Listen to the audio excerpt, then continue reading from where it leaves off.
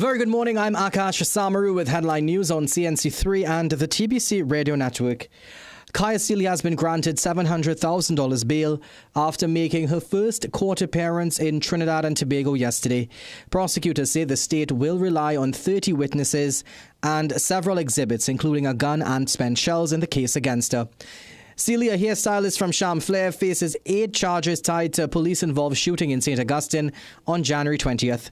The charges include manslaughter in the death of her partner Joshua Samaru, shooting at 3 police officers, and multiple firearm offences. Appearing before High Court Master Nazira Ali, Sealy sat quietly. She confirmed she was okay, but noted she requires medical care for injuries that left her paraplegic. Police prosecutor Anthony Jacob did not oppose bail, citing her clean record. Her attorneys argued she must return to Boston for ongoing treatment. Ali granted bail with conditions, including advance notice of travel plans, and set a sufficiency hearing on October 22nd. Her lawyers also raised concerns about her arrest at Piarco Airport, saying she was placed in an unsanitary cell. Police later apologized, blaming a procedural issue with serving her summons. Planning Minister Dr. Kennedy Swaratsing says government's $2.9 billion mid-year supplementation is aimed at strengthening national security while creating the conditions necessary for long-term economic growth.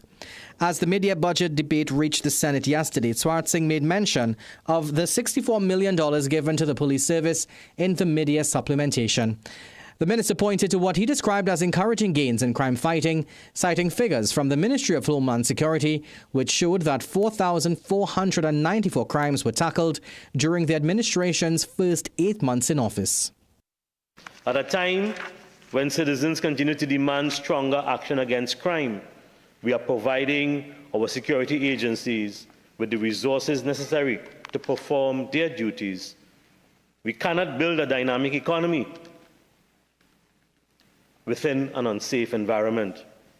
We are therefore committed to citizen security, upon which we will build strong economic growth. And Independent Senator Dr. Marlene Arts is warning that Trinidad and Tobago could face deeper financial strain if government continues borrowing in US dollars to fund recurrent expenditure rather than investing in long-term economic growth.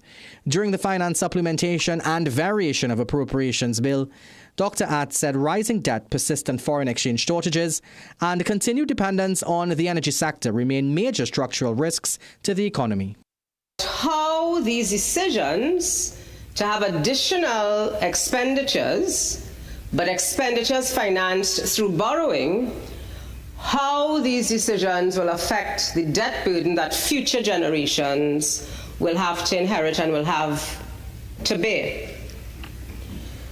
The question before us is whether we are borrowing primarily to bridge a temporary gap, or whether we are increasingly borrowing to finance recurrent expenditure. We'll stay tuned for another news update at the top of the hour and for comprehensive coverage in our midday news and major newscast at 7 p.m. on CNC3.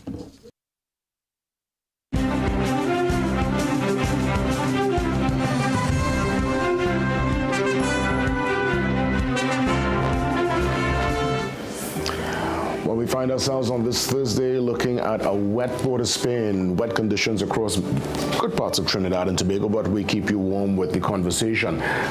Welcome one and all. Jason Williams signing on for this latest installment of the Morning Brew. We will be here with you tomorrow. Just a quick programming note. We will be here for just 1 hour from 6 to 7. But today we go, well, at least for me, till 7:30. Ian steps in from 7:30 to 8 a.m. for the morning shot. Let's go through the front page. And I can tell you, it's a very interesting one. It's an editorial front page. I'll let you know what's inside as we get the ball rolling on this Thursday morning. Welcome, one and all, to the Morning Brew. See you soon.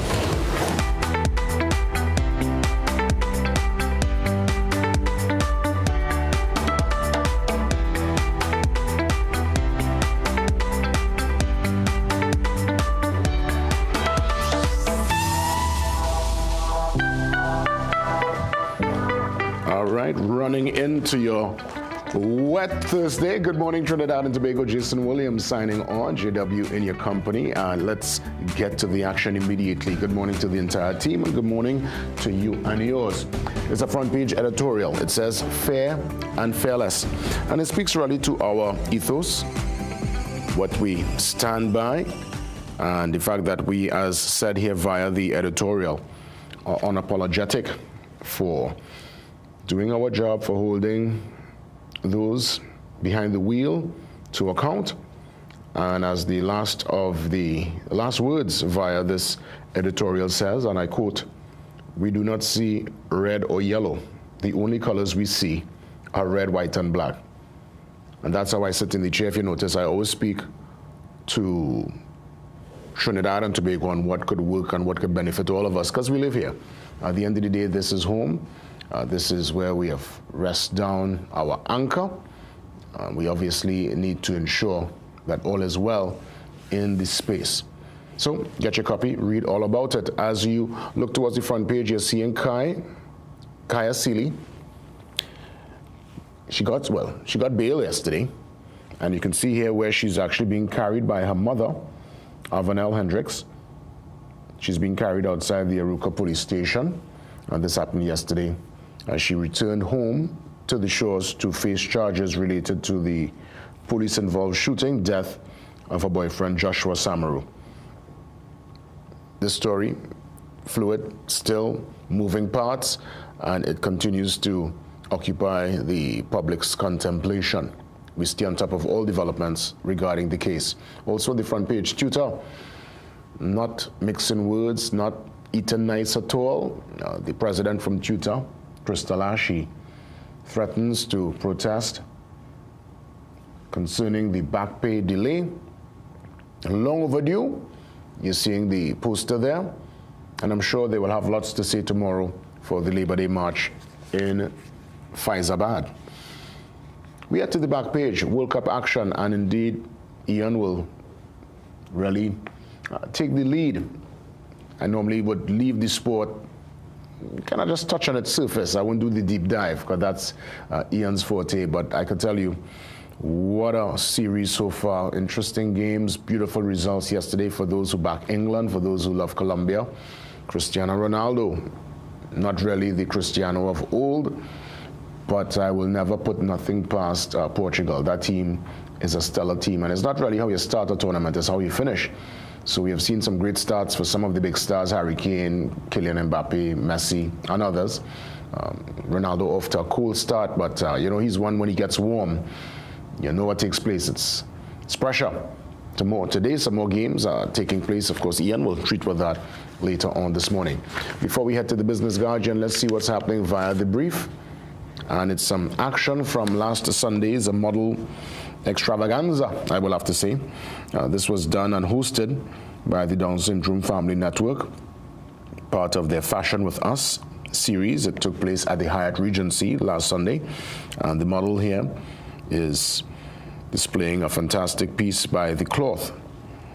That's Robert Young's Robert Young collection. And the Princess Tongue Farmer, oh yes, remember he had the massive pumpkin some weeks ago? Well, he did it again. This time with a 100-pound watermelon. That is melon. If ever there was a watermelon, that is a watermelon. Look at the size. Now this farmer, he onto something. He is onto something. Whatever he's doing, I mean, obviously the soil is rich, but clearly his hand and his care and his practice is causing some amazing feats there. I mean, that man, when you talk green thumb, and you're a planter, oh gosh, he cut it too, I'm sure the camera team, oh, look at melon, look at there, look, biting. Yes, that melon could feed the whole nation. That is what we're talking about. Well done to the farmer there down in, I believe it's Princestown. His name, Mr. Ali, Shahid Ali. That's right. Business Guardian breakdown. We get into that immediately. See you soon. Stick around. It's Thursday, and it's your morning brew.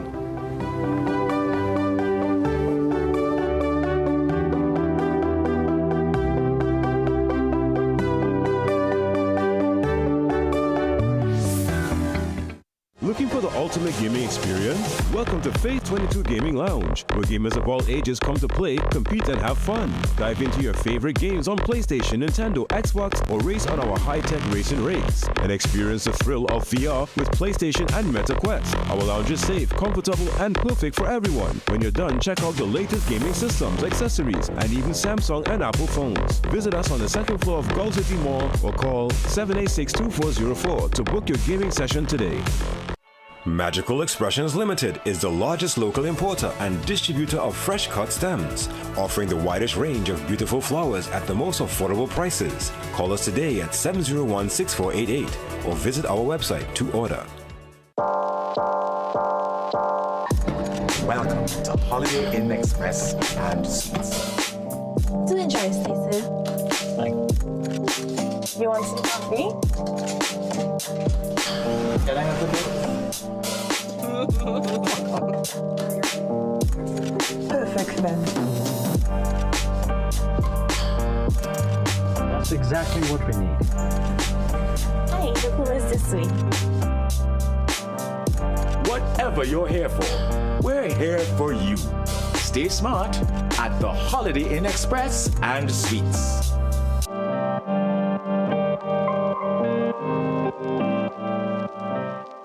Recession have you down? Don't lose hope. Head on down to Tire Clinic for the recession deals. Big savings with our road hazard warranty on Dunlop, Tomitoma, and Falcon tires. Available at Tire Clinic, Couva, Chaguanas, and Pleasance Park. Tire Clinic, a tire for every need. Call 636-8973 or 636-2958. This is more than just music. This is where you find the best of TNT. This is more than just a vibe. This is where Bollywood gets a twist.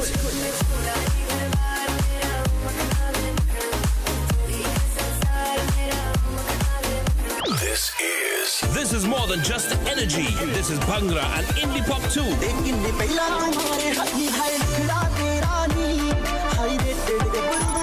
This is the mix. This is the life. Lock on or log on now. Sangeet 106.1 FM. This is authentic East Indian radio. This is us.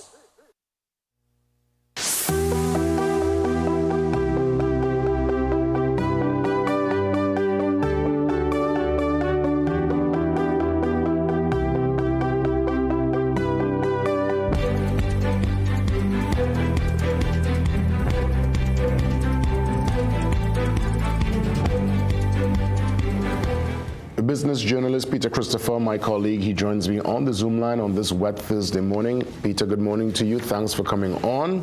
I look forward to the breakdown. Yes. Good morning. Good morning to you, and good morning to Trinidad and Tobago, all our viewers around the world as well. Indeed, it is a wet one. I was kind of hoping I could have sneaked in a little wash this morning, but ain't looking so. Well, let me tell you, it's glad you was able to sneak in the conversation, and let me tell you, there is lots to unpack because this front page tells a story. Business slowdown, SMEs troubled over customers' spend. What's the takeaway from page 5? Yes, the lead story by Gisha Kalesa Alonso. Immediately after the mid-year budget review on Monday, she went into El Dorado and Aranguez and spoke to several businessmen who raised their concerns or rather the lack of announcements that really address some of the issues that are facing them as businesses. Of course, retail sales around the country have been down. And of course, we spoke to some supermarket owners, some other retail vendors, a tech store as well. And all of them have been saying, well, they didn't really hear anything that would, help entrepreneurs or help the business sector that has been struggling as a result of the economy being on a bit of a slowdown. And it's a really in-depth piece. It takes up 1.5 pages in the Business Guardian. It's one of the longer pieces that we've seen in quite a while in the Business Guardian. And it's a really in-depth piece that was done by Gisha Kalesa Alonso. It is. I'm actually going to your story now on Business Guardian, page 6, and speaks to our neighbors south of the border, Venezuela, and the fact that the Venezuela gas, it's going to bring hope to underappreciated energy sector. Could we see results from this, at least gas discussion? And we're hearing Venezuela, and we know there are a lot of geopolitical factors involved. But what's the real deal, Peter, through your lens? Well, what was interesting, there were some comments made by Amaru Liendo, who is the president of the Venezuelan American Chamber of Commerce, and he was speaking to the potential opportunities that could be developed as a result of the cross-border developments that on train, I would say, because we would have heard the announcement with Lauren Manatee last week. But he was speaking to the business community to say, well, you know, there are other opportunities for investment in Venezuela once we get this ball rolling.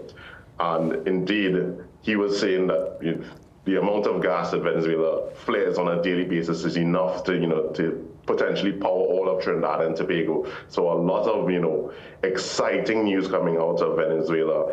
But on the flip side, Fitzroy Harewood, who is who represents Point Lisas Nitrogen Limited, was noting that a lot of people don't necessarily understand how the energy sector works in Trinidad and Tobago, and he really wanted to just key in and also make that point to the business community that there are areas for investment and things that we should be paying more attention to that perhaps we are neglecting at this point in time. And that also ties into columnists that Anthony Paul and Darian Paul would have put in the Business Guardian later on in the section of the Business Guardian, where they discuss some of the strategies that we should be looking at to maximize our returns from the energy sector. Peter, as we look to wrap things up, because it's an action-packed morning, any other stories you want to give a little notable or honorable mention to? Well, it's also notable, also staying within the energy sector, Andrea Perez was a story about the PPGPL selection for the natural gas to liquids project in the operation and maintenance of our natural gas to liquids plant in Guyana is significant because it brings some returns to the country from our highly developing sector across there from our South American neighbors and our CARICOM neighbors in Guyana. Yeah, well, as always, sincere thanks, Pete. Have a great one. And we will touch base soon. All the best. All the best to everyone, and hope everyone enjoys the Labor Day long weekend. Up next, we get ready for an important conversation. We check in with energy expert and attorney at law, Kevin Ramnarayan. He steps in to treat with what's happening via our energy sector, our revenue, and our road ahead. Kevin Ramnarayan, he's next.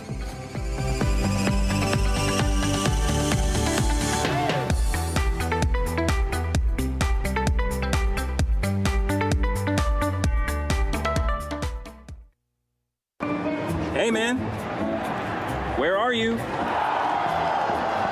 Okay. He said 5 minutes.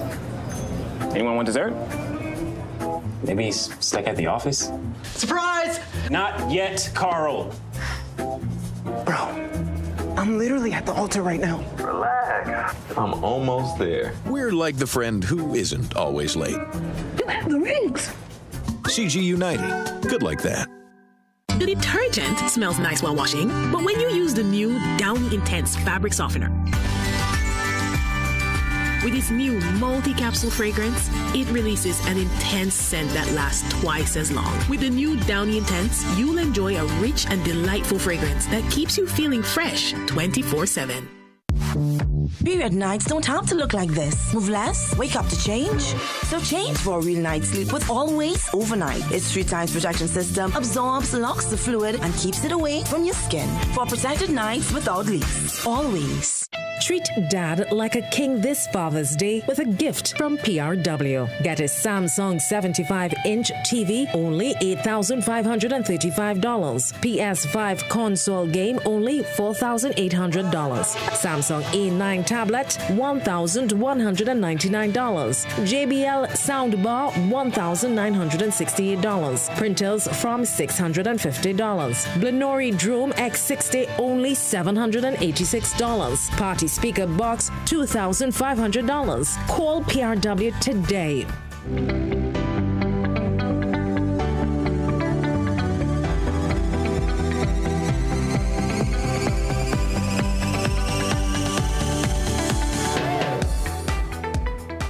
As mentioned, attorney at law and energy expert Kevin Ramnarayan joins me. He's on the Zoom line this morning, and we're going to treat with energy, revenue, and the road ahead. Kevin, great to see you. Thanks for coming on. Hi, good morning. Well, we're looking at developments out of the Middle East, of course, with the signing between U.S. and Iran, the Strait of Hormuz, getting the all clear now to proceed. Business as usual. We're hearing President Donald Trump suggesting that more or less prices of, well, the price of oil will come down. Is this something we're going to see in the immediate future? What's the... Well, it's happening real time. Real time falling of oil prices as we speak. All the arrows on the ticker are red, and oil is headed to the low 70s. So, well, Texas Intermediate is $74.44 right now, and Brent is $77.70. You know, you could expect them to go into the 60s in a couple of days. So everything is going to go back to where it was in post the commencement of the war. So we're looking at prices, I would think, in the 60s, possibly the high 50s, which is where we expected things to be if there was no war, because the world is oversupplied with crude oil and the world is oversupplied with liquefied natural gas. There's one of the biggest oversupplies in history was in effect prior to the war, which took 15 million barrels of oil per day out of the global system.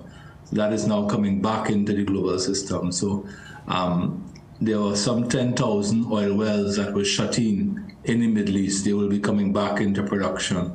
So what this all means is that we're going to have lower prices in the foreseeable future, unless, you know, something happens to disrupt this peace, and that could always happen. And there's a closure again of the Straits of Hormuz. But I mean, I follow one of Bloomberg's reporters, a guy named Javier Blas, and he reports real time on X, and he just reported that the very large crude carriers from Saudi Arabia are lining up to transit through the Straits of Hormuz. So they're not wasting any time. So how does this now carry into, or at least fall in to consideration when, well, I guess the plans must be in place, the technocrats via the Ministry of Finance must be putting the wheels in motion, planning out the budget, and I know the budget is always pegged on energy, GDP, what's happening, of course, sometimes on the global and geopolitical stage.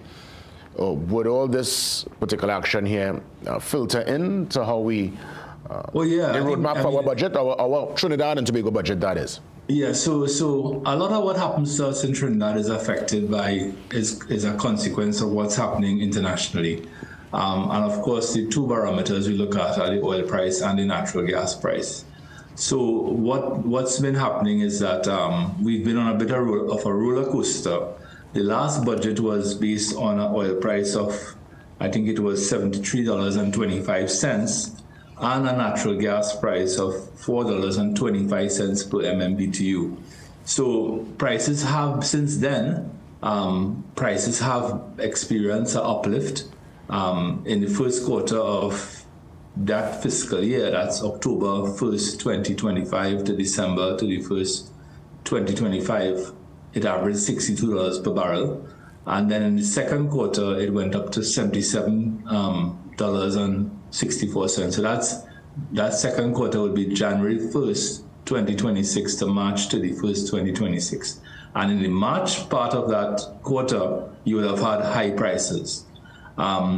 If we were to look at the third quarter of the fiscal year, which would be April 1st, 2026 to June 30th, 2026, for that quarter, that third quarter, you would probably see prices in the 90s or close to the hundreds, right? But it's going to obviously come down now.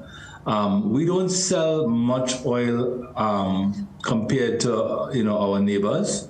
We export about 53,000 barrels of oil per day. Guyana, by comparison, does some 900,000 barrels of oil per day.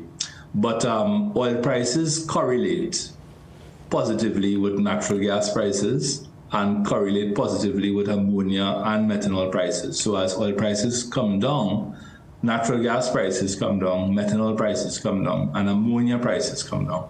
And all these things affect Point Lisas, it affects NGC, so there's a ripple effect. And we've been in a challenging environment for a while in this country in terms of revenue. And one of the factors that drives that challenging environment is not just the price that we realize, it's also the production of oil and natural gas, which continues to struggle. There are projects which are lining up to bring more gas into the system in 2027 and 2028. And those are signs, those are positive signs, right? But we are in 2026, and I had forecasted in my own models and so on that 2026 was going to be what I call the doldrum year for Trinidad and Tobago, and here we are smack dab in the middle of 2026. Will it get better in 2027? Well, we expect production of gas to improve somewhat in 2027, but now we're facing a scenario where prices are coming down, right? And we don't know how long that is going to last for. What we do know is that structurally, the global energy system is going through a change which is unprecedented. I saw an interview last night with Michael Leachin from Jamaica, and he was talking about nuclear energy as being the future. That's very interesting because I saw where the Prime Minister of Jamaica was talking about nuclear energy. And then there's this significant shift to renewables taking place in places like China and Europe and so on. And then there's this oversupply of oil coming from, that oversupply is being driven by our backyard, mainly from Brazil, from Guyana and Argentina, and to some extent, of course, the United States, the world's largest producer of oil.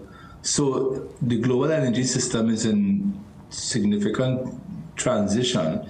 The electric vehicle is taking root globally. We see it in Trinidad now, where we have everywhere you turn, you see electric cars. That is not going to go backward, that is only going to go forward, meaning that there'll be more electric cars in years to come. So we have to, as a country, we have to know where we are and really plan properly. Yes. And seriously for the future. Well, I mean, obviously, reading the room is always a major part of governance and being able to understand the moving trends and what's happening. And speaking about reading the room, I was watching what's happening, well, a development in Parliament recently, and it basically speaks to the vesting bill passed in Parliament, legally binding heritage and pariah to Petrotrin agreements. Could you elaborate and explain to the layman looking on this morning what that means? If you could break that down for us. Well, I did not. I missed that one. So maybe you could explain that a little bit to me and I could elaborate. But Petrotrin and Heritage are the successor companies of, Heritage and Pariah are the successor companies of Petrotrin. Petrotrin. Yeah. Petrotrin still exists.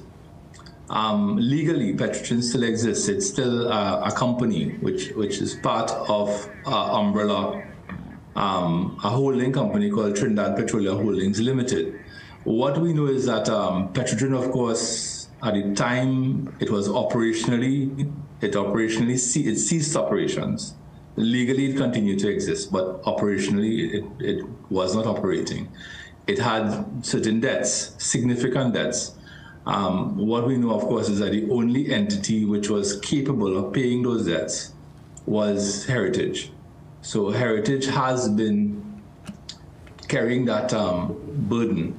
So, probably not the best word to use, but Heritage has been carrying the burden of paying that debt. And what I do know is that the debt has come down pretty significantly because it's been a while now. So the debt has come down. So probably that vesting bill is simply a legal remedy to formalize that arrangement. Okay, understood. So just obviously, so you're saying that Petrotrin exists, but just legal? Petrotrin does exist, yeah. The company called Petrotrin still exists, but it doesn't operate. right? And it's part of, so there's a holding company called Trinidad Petroleum Holdings Limited, which has 4 companies in it, Heritage, Barrier, and those are operating companies, and those are profitable companies.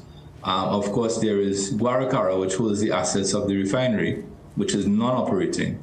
And there's Petrotrin, which for all intents and purposes, it's not operating, but legally it exists. Okay. So are you optimistic? Obviously, you would have predicted this slum, this gloomy 2026, and we are smack, as you mentioned, in the middle of that. 2027, 2028, 2029, as you look further afield, what's your projection? Should we feel any sense of optimism at all as it relates to our energy future? And this is specifically for Trinidad and Tobago. Yeah, I think there is optimism. The Manatee project is a big one. It's the biggest upstream project in a long time. I think it's the biggest upstream project in over 20 years, right? It brings on roughly 610 million cubic feet of gas per day. So to put that in context, that's 25% of what we currently produce as a country. So that's in train, that's happening, that's scheduled for first gas in the latter part of 2027. Shell, of course, is one of the best in the world in terms of implementation. So that's going to happen. But at the same time, we have declining production from our existing fields. So while we're bringing on 610, we probably have fall-off taking place. Another 400 might decline between now and then. So, but it's good news. There are other smaller projects that are coming on too, which will sort of stave off that decline. But we are constantly fighting declining production in Trinidad.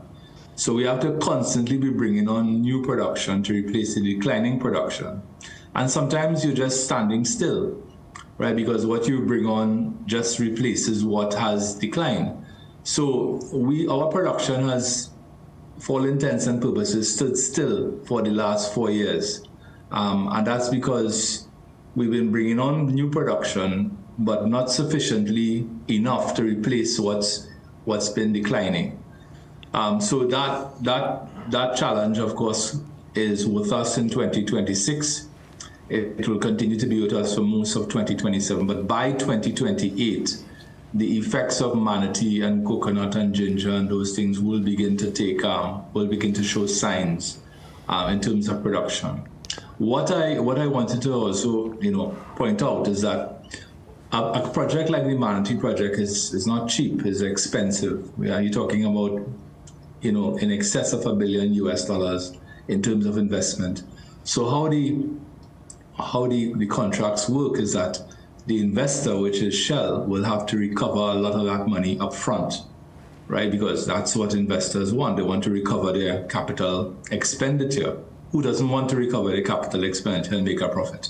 So that in the first couple of years of Manatee's production, what we call the government take wouldn't be, it would be low because Shell will be recovering their investment in the initial years. So that's something, just to put that out there, right? While increasing gas production is good, you also have, the company has to recover its investment. And then of course we have the Venezuelan element, where we have been reading what I consider to be extraordinary news about Loran.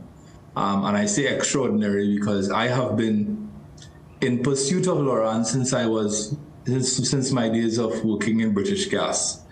And here we are in 2026, where the Venezuelan government has made an award to Shell to develop the Loran field.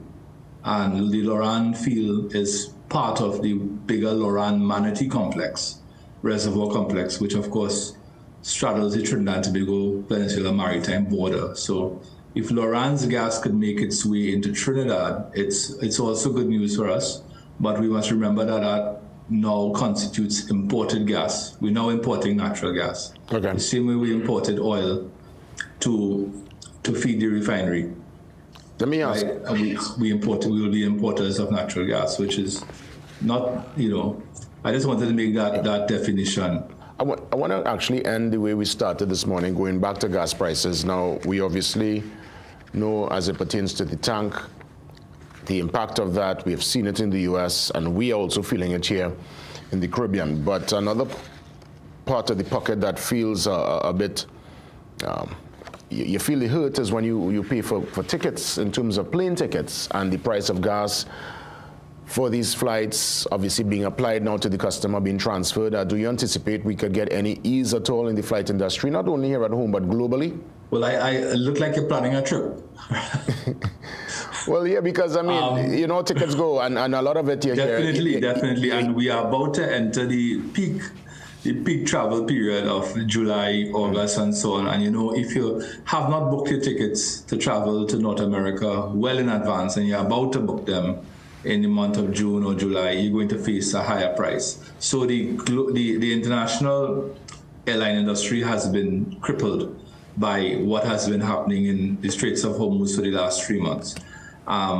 Because a large component of running an airline is jet fuel, right? So yes, we could expect to see the prices of jet fuel come down, and we should see the prices of tickets come down. With regard to our own gasoline and diesels, which affects everybody every day, because that's what we use in Trinidad, the subsidy looks to be heading back into the $1 billion region for fiscal 2026. If I just look at some of the numbers that the minister had put out, it looks to be just that it will end the year at just under $1 billion, probably inching up to $1 billion. So the subsidy as an item of expenditure is again a concern for the Minister of Finance. Trinidad and Tobago's government has taken a decision since 1974 to shield the population to some extent from the vagaries of the fluctuations in international oil price. And that mechanism is the fuel subsidy. Our CARICOM neighbors, as you and I both know, are not as fortunate. Yeah. So that's where we are. The subsidy is back, and that's something which the minister would have to keep a close eye on. Well, Kevin, as always, sincere thanks for the time, thanks for the counsel, and we will touch base soon. Kevin Ramnaran. We will be in touch because we have a budget coming up in a couple of months. Yeah, for sure. We definitely must touch base again. All the best, Kevin. Take care. All right. Attorney at law there and energy expert Kevin Ramnaran touching base on this Thursday morning. We come back. We get into our police and news segment. Officer Russell, he joins me next.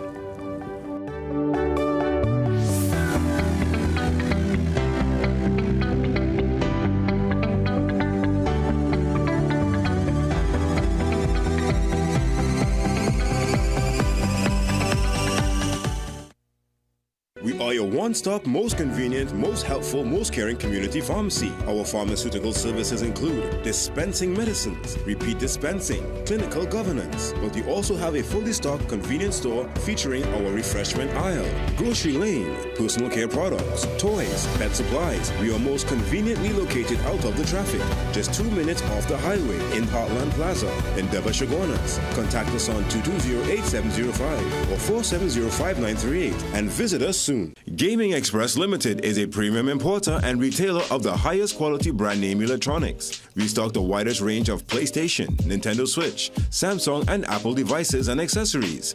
Visit us at Shop 52, Level 2, Gulf City Mall in San Fernando, or contact us by phone or WhatsApp message at 687-7480 or 301-9797 or 798-1280. Like our Facebook and Instagram pages for updates on products and services. Things don't always go as expected. Be ready with Trinry for auto, home, business and group life. Call us at 800-TRIN or visit trinry.com today. Huge insurance premium. Pay your premiums bit by bit with FlexiPay from Trinry. For more manageable auto, home and commercial insurance payments, call us at 800-TRIN or visit trinry.com today. Trinry, premier insurance coverage for less. The Israelite Church of God in Jesus Christ, teaching the truth about God's people, God's plans, and the secrets of God, all written within the pages of the Holy Bible, which is the Word of God. Watch The Hidden Truth every Thursday at 5:30 a.m. to 6 a.m. on CNC3.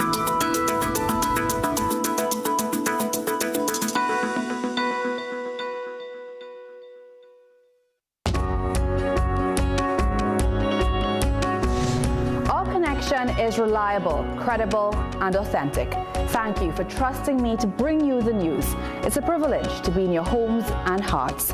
With every story and every newscast, CNC3 is keeping you informed and inspired. When it comes to news, we are where you are.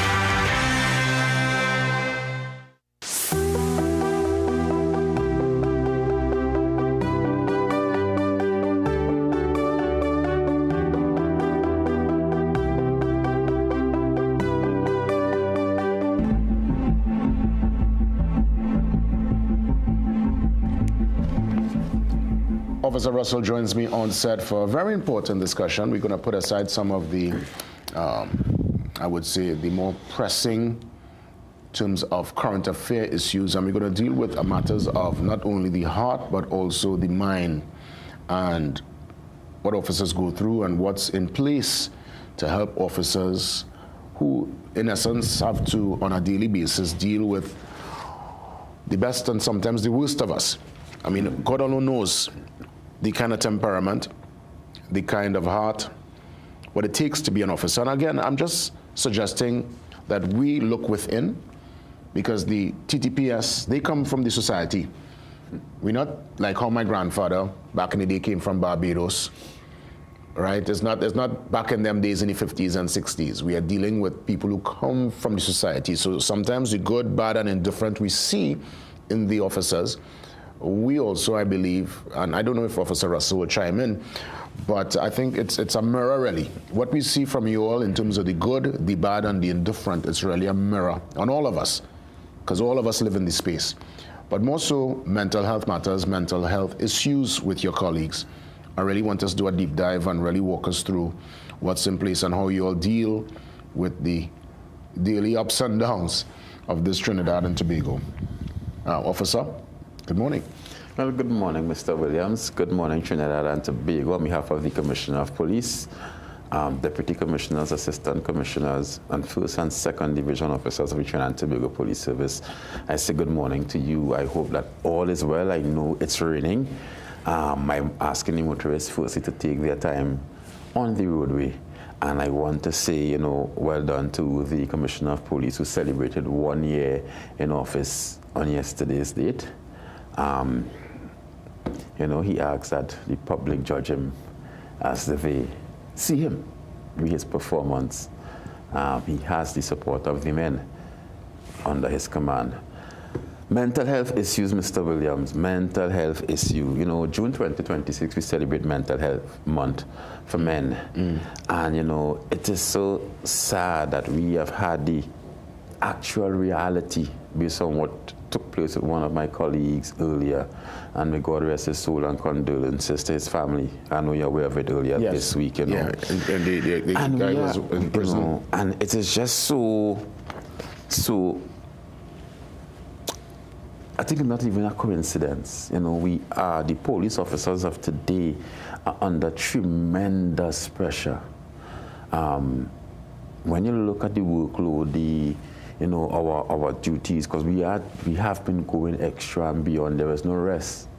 We are in the SOE. after we have, and Trinidad is a place where things, you know, there's a season and a festival.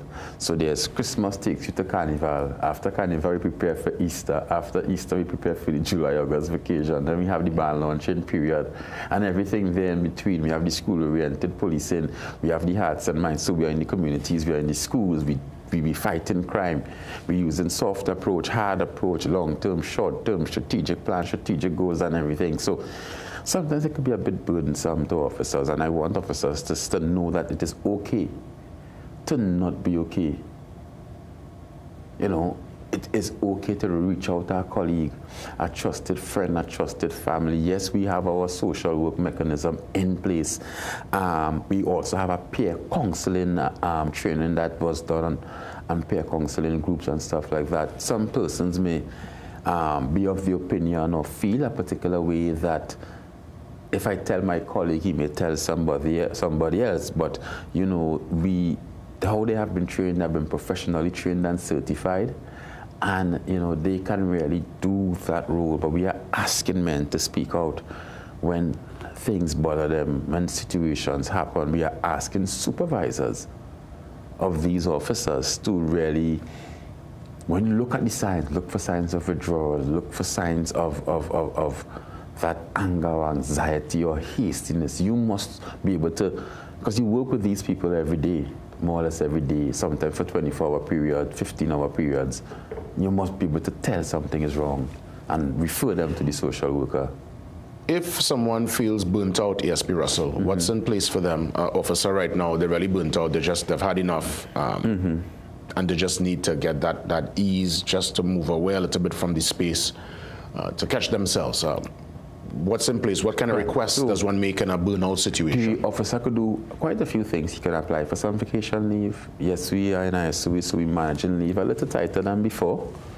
But we would recognize that this officer is in need of some leave, and we would grant him his leave. We encourage his supervisors to recommend them to the social worker, and that officer could also recommend himself to the social worker and stuff like that. The officer can ask for a transfer to go to a unit that is less demanding, because some units are more demanding than some, because we all have different tasks and responsibilities. Some units are more physical, some units are more mental. You know, so we ask officers to manage yourself. Sometimes persons, certain sections have certain allowances that comes with it. So sometimes an officer may be so financially dependent on the allowance that particular section offers him, that he is under pressure. But asking to move means that he may not be able to cover the mortgage. He may not be able to pay for the vehicle, or pay the rent, or send the children to school. So you tend to we tend to really soak it up, but inside we are dying. And I'm asking the officers, no amount of money is worth your health and your well-being. I want to encourage officers as well to engage in some activities, some sporting activities, some exercise, because that is a great form of stress relief. I am a gym person. I run on a weekend once the weather permits. I gym 4 days a week. 5 days when it's the festive season. You know, so and I gym with 2 young guys, and it's a lot of laughter and it's fun. That's your release in a way? That is my release, Mr. Williams. And you know, officers, whether it's fishing, whether it's golfing, they need to find that happy space.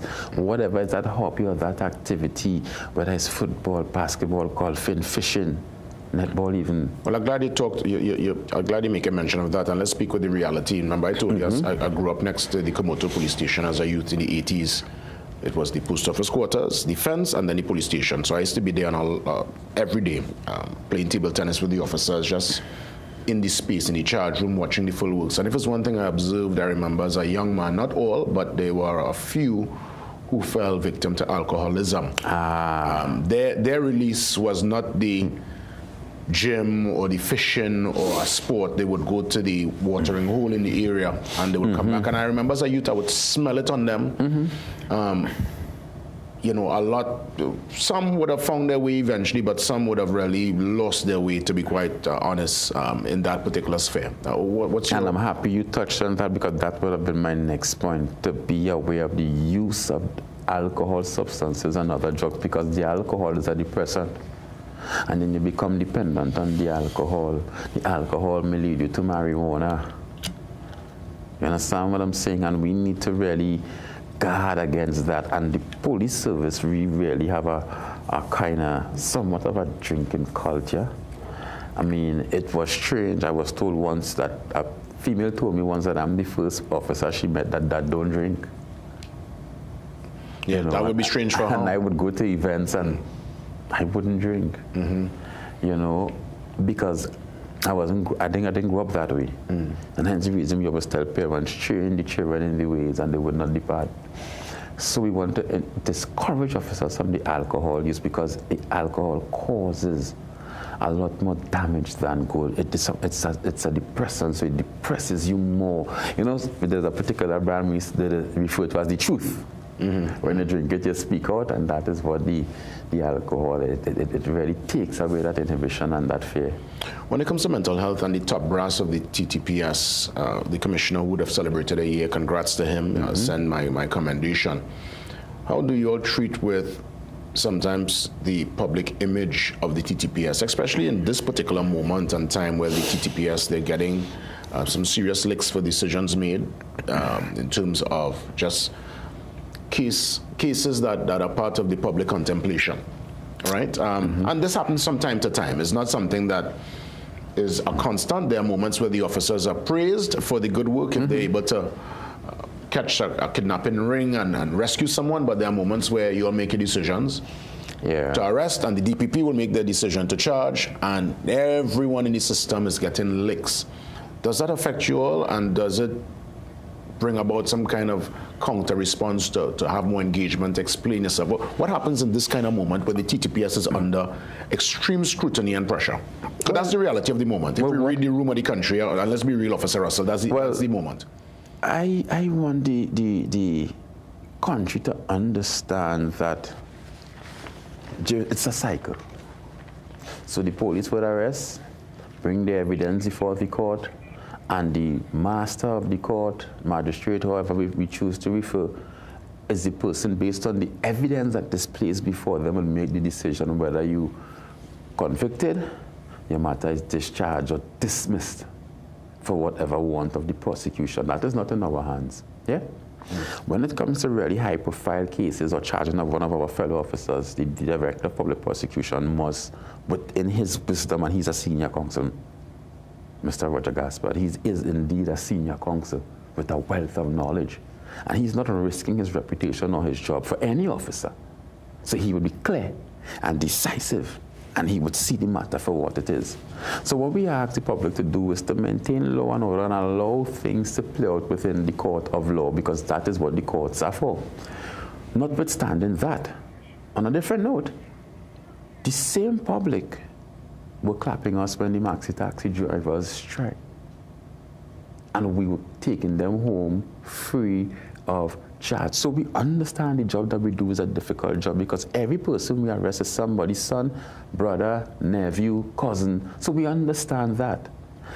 But that person would have done something to somebody else. We're not arresting them just so. A taxi driver might say, the police give me a ticket for having smooth tires. But what we're trying to do is really prevent you, the taxi driver, from going down the road in a 7-seater in this rainy conditions and sliding off the road and killing the 6 people in your vehicle. You understand what I'm saying? So we need to balance it. We need to not just look at it through the civilian's eyes, but understand what we are trying to preempt, understand what we are trying to curtail, understand what we are trying to minimize as members of law enforcement as we go forward. But does it take a toll at all on a personal level, knowing that you're in a profession that is under so much scrutiny? That in your uniform, there are people who will see you and smile, and there are people who will see you and stoops. It's the same thing that entertainers go through also, that DJs, anybody. Of course it takes a toll. Ms. Archie said to me, Russell, you know, when you have to listen to certain programs, to me, there are certain morning shows that all they do is bash the police, and I know the sacrifices my officers make. sometimes taking money out of their own pockets to provide some of the resources that they need. Whether it's ink for printer or put up the bar printer for the office. No one sees that. No one acknowledges that or rewards that. And certain programs, when I hear them bashing the police every day, and sometimes we deserve the bash. But when one person does something wrong, they blame the entire Trinidad and Tobago Police Service. But when the shoe is on the other foot, people want to single out, well, it's not really me. We could go back to the situation municipal. It wasn't TTPS, but the entire police service was branded, and we accept the responsibility. That's okay, we understand. And the Trinidad and Tobago Police Service and Welfare Association, they also represent all officers, whether you're municipal or otherwise. So we accept it and we take it. Yes, Russell, in the minute that remains, I'll give you a chance to put in some closing remarks on this very important conversation. Let me just refer to my phone here and just say to persons out there, and it's not just the police officers, but for men on the whole, or anybody who's going through some mental situation. We have the, organizations that will help you. The Lifeline of Trinidad and Tobago, Trinidad and Tobago Lifeline, contact number 645-2800. There's a 24-hour crisis support. We have the Trinidad and Tobago Mental Health Foundation. They do community referrals and support. You can go to your family doctor as well and have them do a referral. Of course, you can reach out to your trusted family member, friend, neighbor, cousin, colleague, somebody that you trust that you could speak to. But what I want to tell persons is, please reach out to somebody. Don't keep it inside, because you might be surprised to know that the person you're speaking to have it worse off than you. Yeah.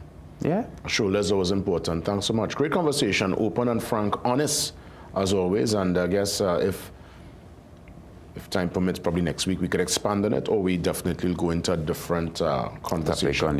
Yeah. All the best. Have a safe one. Right, Mr. And a good Labor weekend, long weekend. All the best. It's not a long weekend for me, but God is good. God is good. All the time. Hey, we get ready for the 7 a.m. news update. Much more after 7.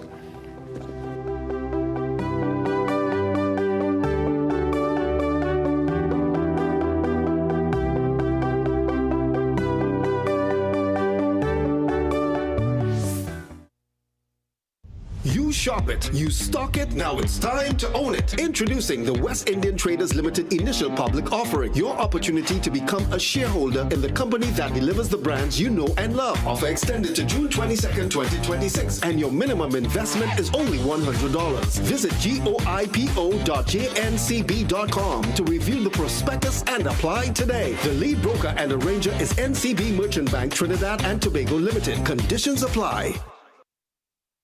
Discover the taste of tradition with Fine Choice Meats. Our products are made with locally grown chickens, raised on a healthy low-fat diet with no added hormones or steroids.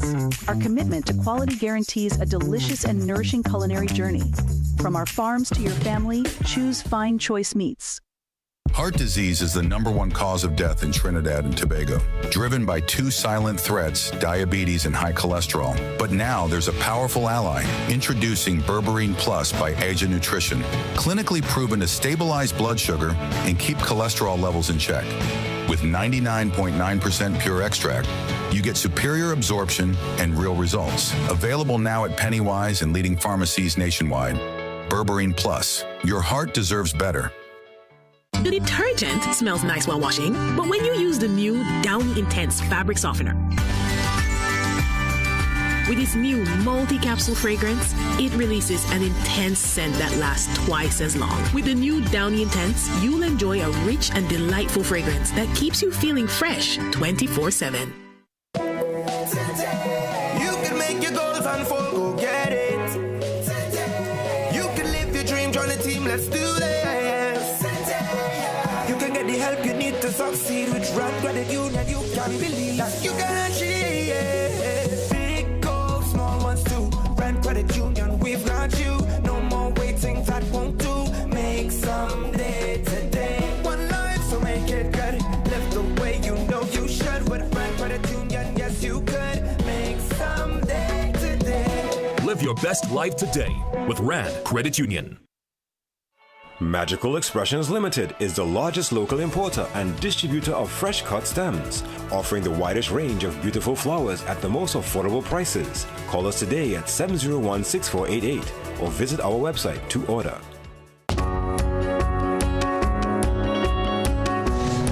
day, I asked myself, how can our country be better than it was yesterday?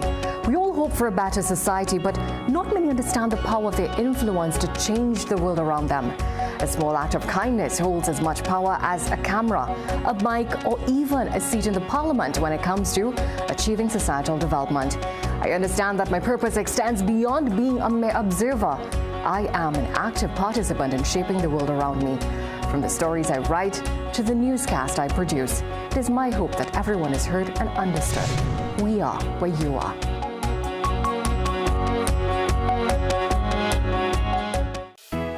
Time Check, brought to you by the Central Bank and the National Financial Literacy Program.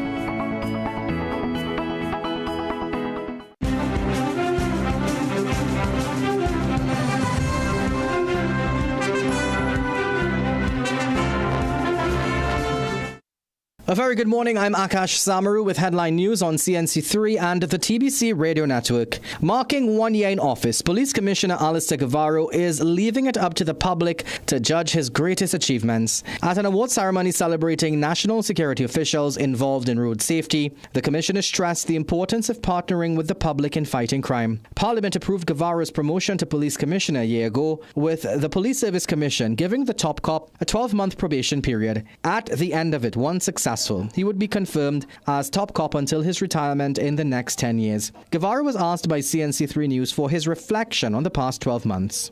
So this is your first year anniversary. I know you said you're not going to rate yourself, but what some of the things that you recall, some of the best moments, worst moments of your 1 year? One of the worst moments in my career, in the last year, being misquoted by you. Me? Yes, sir. And the best moment? I'll leave that for the people at Trinidad and Tobago to decide. Homeland Security Minister Roger Alexander says government is moving to tighten immigration laws to impose jail time on deported migrants who illegally re-enter Trinidad and Tobago. Minister Alexander said authorities are concerned about migrants who are deported but quickly return through illegal channels. He said he will seek support from the Prime Minister and Parliament to criminalize re-entry after deportation. The minister also said authorities are reviewing cases of migrants who can prove they tried to register during the recent migrant registration drive. Meanwhile, Alexander said the crackdown of the illegal sale of agricultural products and smuggling operations will continue.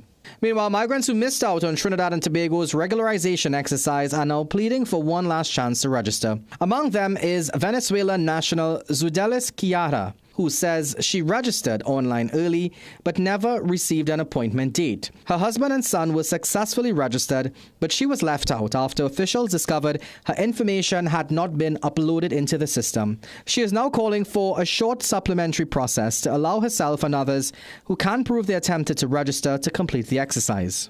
Well, stay tuned for another news update at the top of the hour and for comprehensive coverage in our midday news and major newscast at 7 p.m. on CNC3.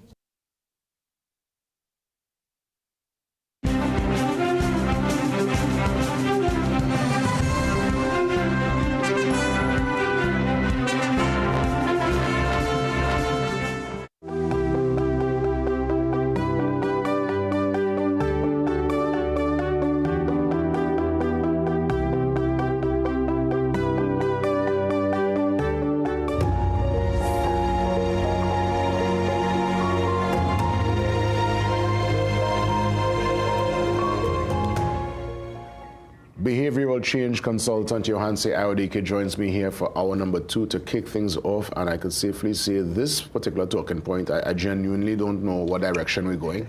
Normally I will have a little perspective, but first time I'm hearing of something called a passion tax, and Johanse will explain if and do you pay this said passion tax. Johanse, your bowl are your con this morning here. I get clean bowl because when I saw the topic, I said, but passion tax, what's that? So Johanse, I would love for you to elaborate. Good morning, my friend. Morning, Jason. Morning to everybody viewing. All right. So the definition of passion is a strong desire or enthusiasm or devotion to something or someone. So therefore, everybody have a passion. Right? And sometimes your passion change over time, but you're always passionate about something.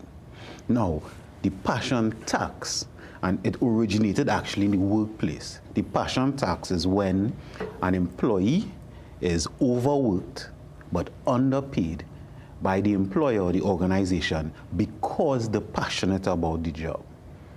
So tell me your thoughts before. Yeah. I mean, that's a common day practice. That's a lived reality for many. But who's responsible? Is it management or someone in a kind of a decision role able to spot, oh, this person like the job thing, and we go just, it's like almost like they tap into your enthusiasm, but they're not really compensating you for the effort. Right. So therefore, you're paying a tax for your enthusiasm. You're paying a tax for your passion.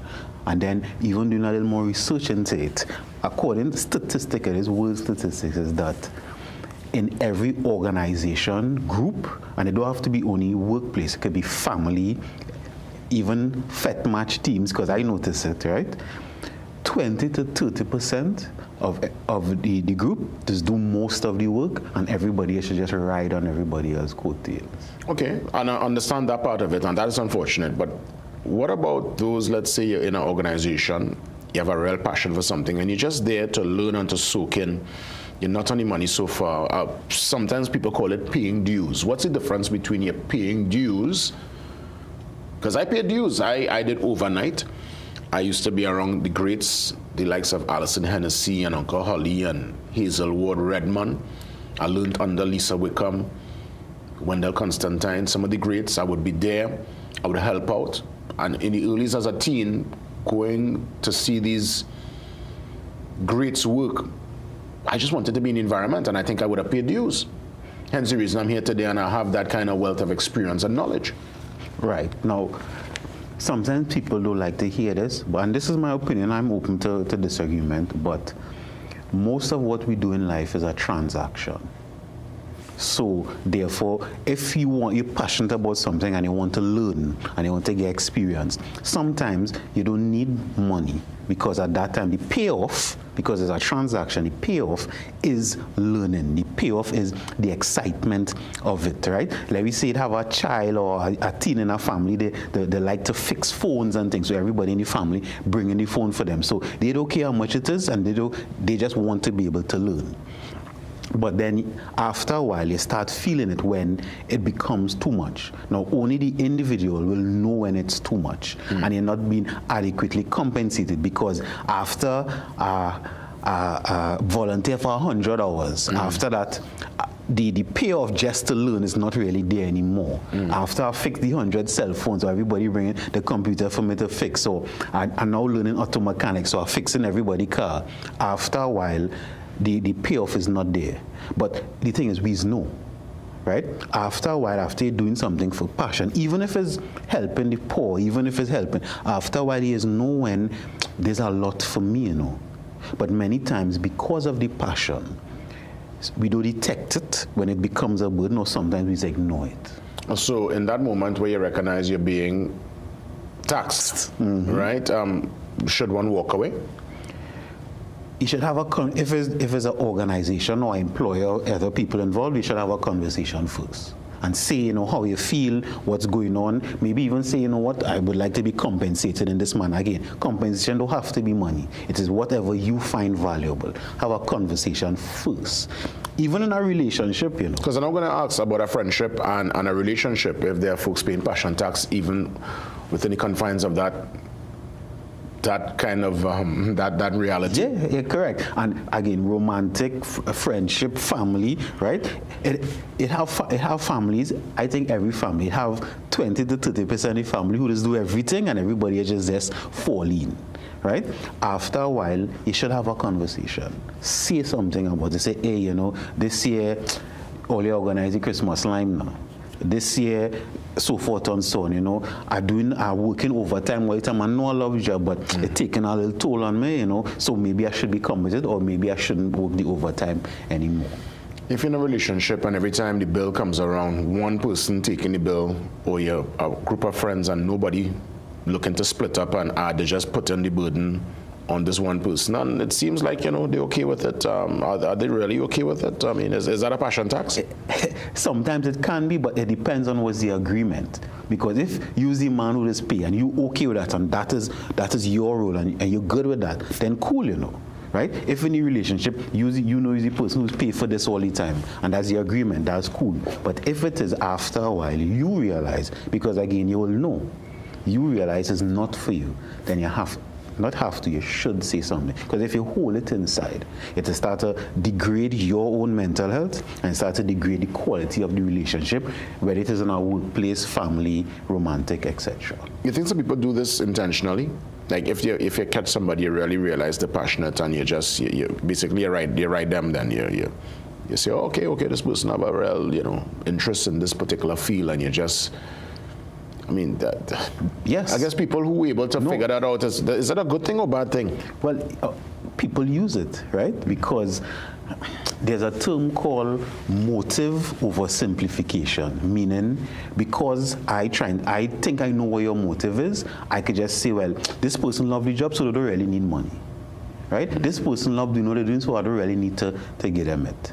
Right? Even I was listening to the interview before with Officer Russell, right? He was saying even a lot of times people who join the police service or any protective service, many times have a passion for something, right?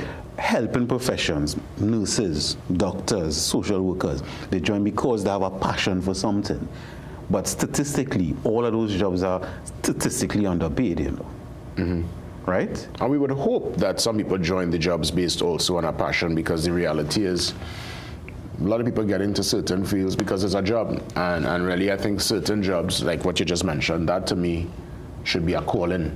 Passion really should be a part of it. There are people who, since they're small, say they wanted to be a police, and they end up becoming a police. There are people who were small and say they wanted to be a nurse, and that's what they did. But it can't be that you're home saying, okay, what's a job to do, and you have no care and concern for people, but you want to be a nurse? Or you want to be a police? So here the thing, even you saying it's in a way, and sometimes that's what we have, which is the motive over the simplification. If I have a passion for something, right, then you should be paid, That don't mean you shouldn't be paid. Because we talk about protective service and helping, but even something like teachers, right? Now, I cannot say what is the exact salary for any of these people, but most of these people say they're underpaid. And I can understand, because to help somebody, to deal with children, it takes a certain kind of passion, which I think you should be compensated for. Hear this. It's not off topic, but it's still in there. In some studies I had with crime, right? Then this is worldwide. Criminals, mafias, gangs target people in the helping profession, the passing profession, for bribes, because they know they are usually underpaid. That's to tell you how part of human behavior it is. Even a business class I went to, they said you should target people with passion because you could pay them less.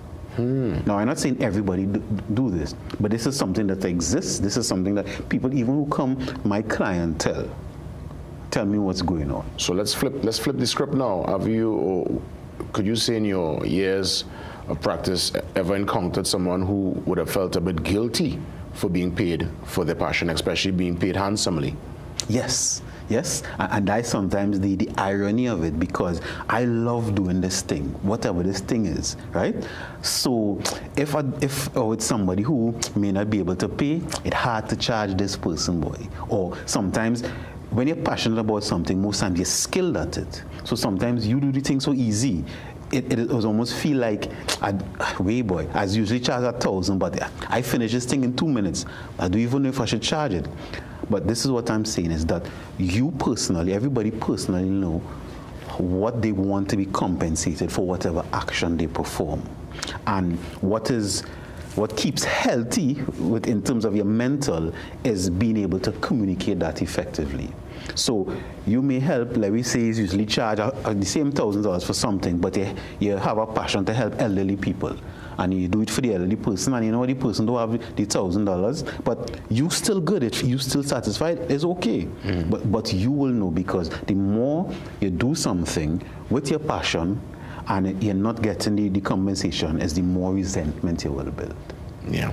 Well said. And it goes back to, I guess, payment.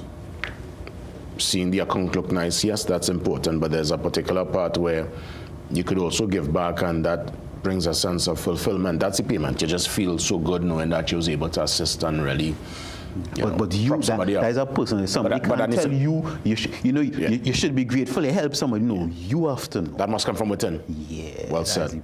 Maybe final say, Johansi, as always. Go right ahead. Nation, even though you have a passion for something, doesn't mean you shouldn't be fairly compensated for it. Know your worth. Don't make life complicated. Because even though life is not easy, it's really not that hard. Thank you for listening. Passion tax, interesting one this morning. I must say, very, very informative discussion. We're going to come back after the break, touch base with Rondell Fields. They're going to plant again, hike and plant. He is the president of the Fathers Association of Trinidad and Tobago, and they're doing this in Williamsville. So it's a Father's Day tree planting initiative. Full details, remember, from 7:30, Ian Wason with the morning shot right here on the Morning Brew.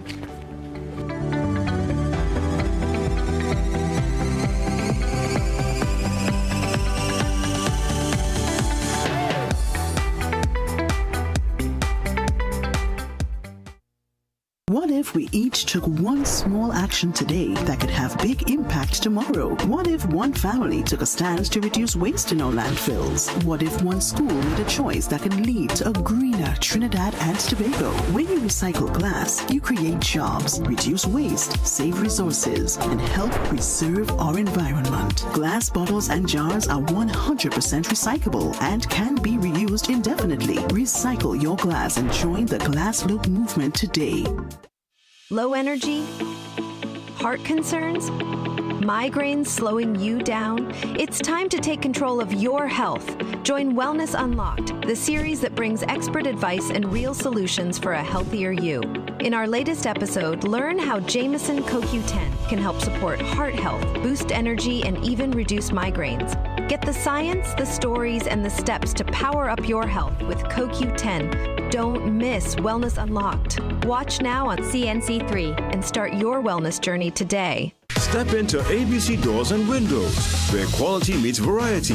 Discover premium wooden, steel panel, fiberglass, and steel security doors alongside aluminum, UPVC, and steel windows designed for strength and durability. At ABC, we're always a better choice, delivering products built to last and service you can rely on.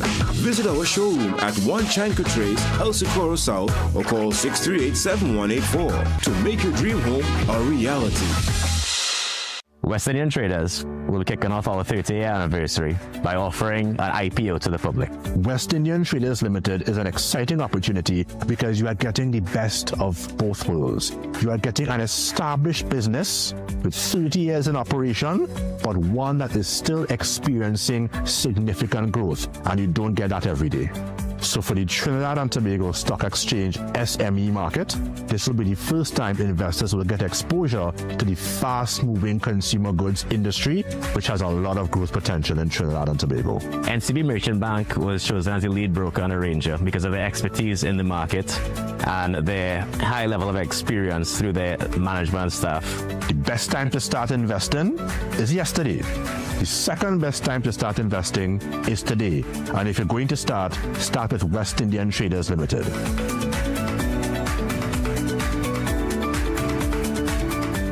Treat Dad like a king this Father's Day with a gift from PRW. Get a Samsung 75-inch TV, only $8,535. PS5 console game, only $4,800. Samsung A9 tablet, $1,199. JBL soundbar, $1,968. Printers from $650. Blenori Drome X60, only $786. Party speaker box, $2,500. Call PRW today.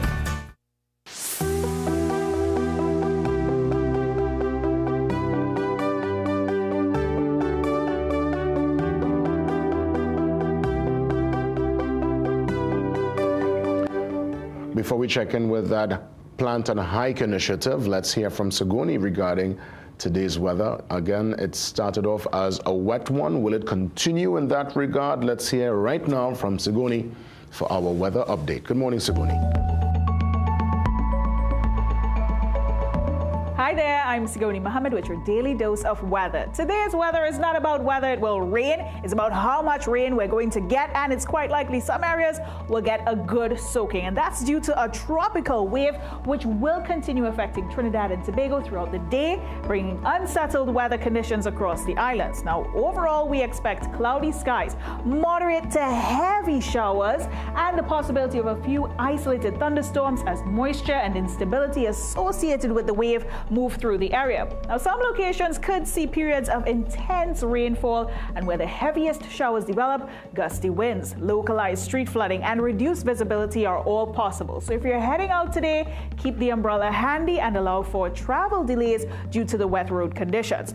If you're heading offshore, seas do remain moderate, but conditions can become occasionally choppy in and around showers and thunderstorms. And get this, spring tide is no longer in effect, but caution remains advised for all marine interests as local sea conditions can still become unsettled, particularly near heavier showers and periods of stronger winds. And remember, gusty winds may accompany shower and thunderstorm activity, creating rougher conditions over our coastal waters. So be safe when venturing offshore while commuting and conducting your daily activities. And with that, it's a look at the forecast. That's it from me.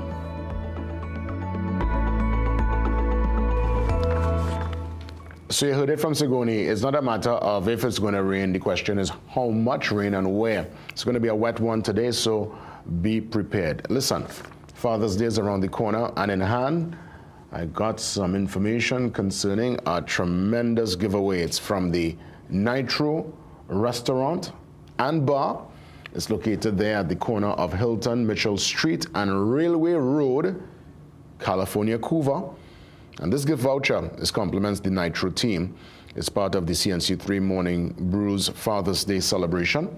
And let me tell you some more about this Nitro Restaurant and Bar. It's a vibrant dining and nightlife destination where bold flavors meet an electric atmosphere, known for its creative fusion menu, handcrafted cocktails, and stylish modern decor. Nitro offers guests an experience that's as exciting as it is delicious.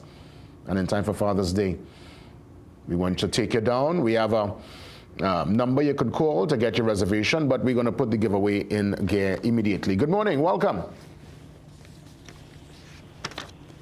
Good morning. 624-8721, 627-8658. Let's put this giveaway in a gear immediately. In time for Father's Day. Welcome. Good morning. Good morning. Let's try again. Hello? Yes, morning. Welcome. I don't know why we're getting the feedback. Just listen to me on the phone now, because if you try to listen on the TV, you're going to get a tremendous feedback. So just listen on the phone line itself. Welcome again. Good morning. Hi, good morning. Calling for the Father's Day promotion and giveaway? Yes, I am. Where could we find this Nitro Restaurant and Bar, its location? I believe it's located in Couva. Hello? I believe it's located in Couva. Good. Good morning. Yeah, I'm not. I believe it's located in Couva. Okay, good. I'm not hearing. No hearing, because we're getting a tremendous delay. So Couva is, yes. Couva is correct. Railway Road, California, Couva. You're going to take your dad down. Is your dad still with us? What's the plan for Father's Day? Just to spend some quality time. Nice. Well, stay on the line. Stay on the line. We're going to put you in again. All right? Okay. Quality time with you and the old man and your dad. Yes, good stuff.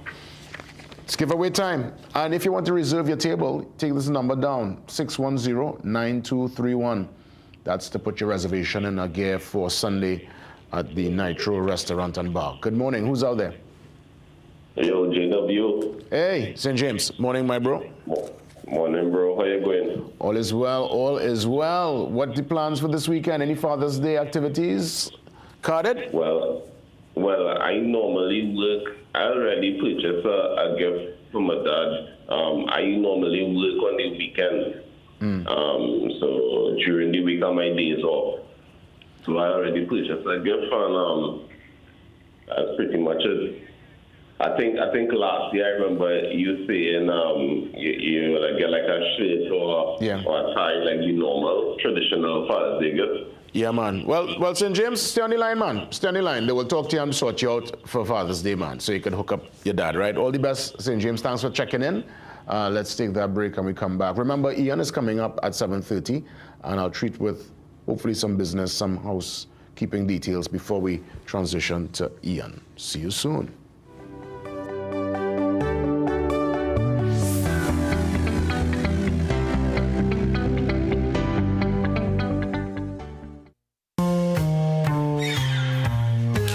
Things don't always go as expected. Be ready with Trinry for auto, home, business and group life. Call us at 800-TRIN or visit trinry.com today. Huge insurance premium. Pay your premiums bit by bit with FlexiPay from Trinry. For more manageable auto, home and commercial insurance payments, call us at 800-TRIN or visit trinry.com today. Trinry. Premier insurance coverage for less. Okay, let me see you Cherry Hill. Yeah, now take it back. Let me see you rock off, shake off. Let me see you rock off. Let me see you kick right. Now step forward, now step back. Lucozade, bring the energy. Unbeatable taste, new look. Shake off. Let me see you rock off. The fact that they ask the questions, those challenging questions that no other media house would ask. So, shed light on those things that are in the dark, those stories that no one else wants to cover. I grew up reading The Guardian, actually. It's a household name. About The Guardian, one thing that I like, the human interest stories have increased. See the investigative pieces on the human trafficking. I find that very interesting. You go more in depth. On sports, especially local sports, and that's one of my highlights for The Guardian. Yeah, I've been in Ghats and The Guardian started coming out, started working. I was a newspaper man. Could the stories that are being covered are well detailed and you get more facts. Also, I think the editorials, I think they're doing a good job on this speaking the truth, and they're challenging the government to make things better. Me in particular, of recently, the last 2-3 months, I've been reading The Guardian. I'm seeing a lot of news about the neighborhoods and the communities, and I even saw my community featured, and I was proud. Oh, The Guardian. The Guardian? Guardian. Trinidad Guardian. The Guardian. The Guardian. Trinidad Guardian. The Guardian is my first choice.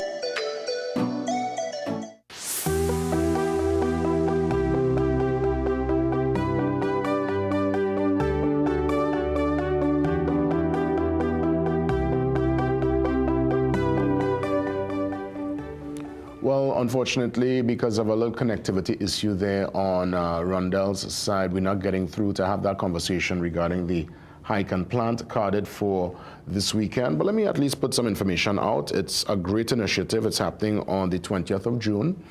So that's literally some days from now. We'll be looking at tomorrow is 19th, so this is Saturday. A Father's Day tree planting event.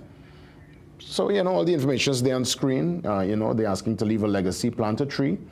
And it's for fathers, families, and the entire community. They're going to actually meet up there in Williamsville, Tabakit Road, Mose Avenue, to be exact.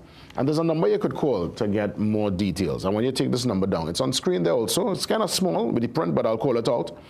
It's 294-4917. Again, 294-4917. Let's hike, plant, and make a difference. Well done to Rondell Fields on this amazing initiative. Ian steps in for the morning shot, but before Ian takes to the seat, let me get you ready for games carded for today. Czechia is coming up against South Africa. That game is in Atlanta from 12 noon. Switzerland versus Bosnia. That's in Inglewood, California from 3 p.m. Canada, Qatar, Vancouver. Canada, they take to the field again. Host nation, co-host nation. So it's a must-win for Canada because they've just come off a draw last week, Friday. So that's a big one for Canada in Vancouver at 6 p.m.